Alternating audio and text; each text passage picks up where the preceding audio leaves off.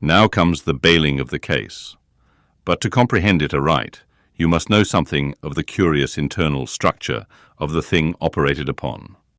Regarding the sperm whale's head as a solid oblong, you may, on an inclined plane, sideways divide it into two quoins, whereof the lower is the bony structure, forming the cranium and jaws, and the upper an unctuous mass, wholly free from bones, its broad forward end forming the expanded vertical apparent forehead of the whale.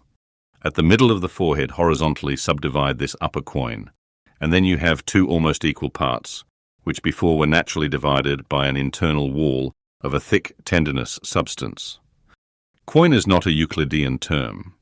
It belongs to the pure nautical mathematics. I know not that it has been defined before.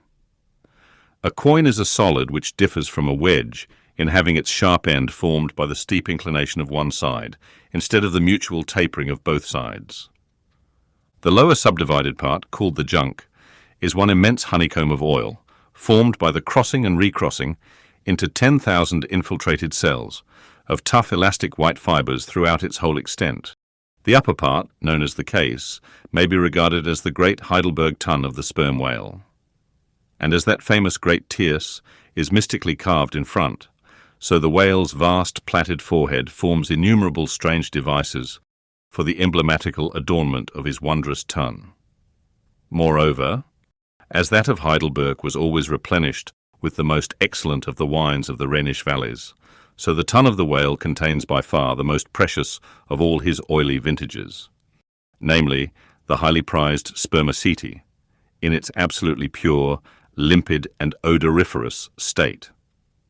Nor is this precious substance found unalloyed in any other part of the creature.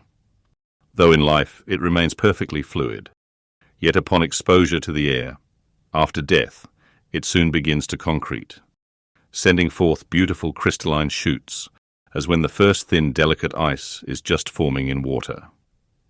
A large whale's case generally yields about 500 gallons of sperm, though from unavoidable circumstances, considerable of it is spilled, leaks and dribbles away, or is otherwise irrevocably lost in the ticklish business of securing what you can. I know not with what fine and costly material the Heidelberg Tun was coated within, but in superlative richness that coating could not possibly have compared with the silken pearl-coloured membrane, like the lining of a fine pelisse, forming the inner surface of the sperm whale's case. It will have been seen that the Heidelberg Tun of the sperm whale embraces the entire length of the entire top of the head.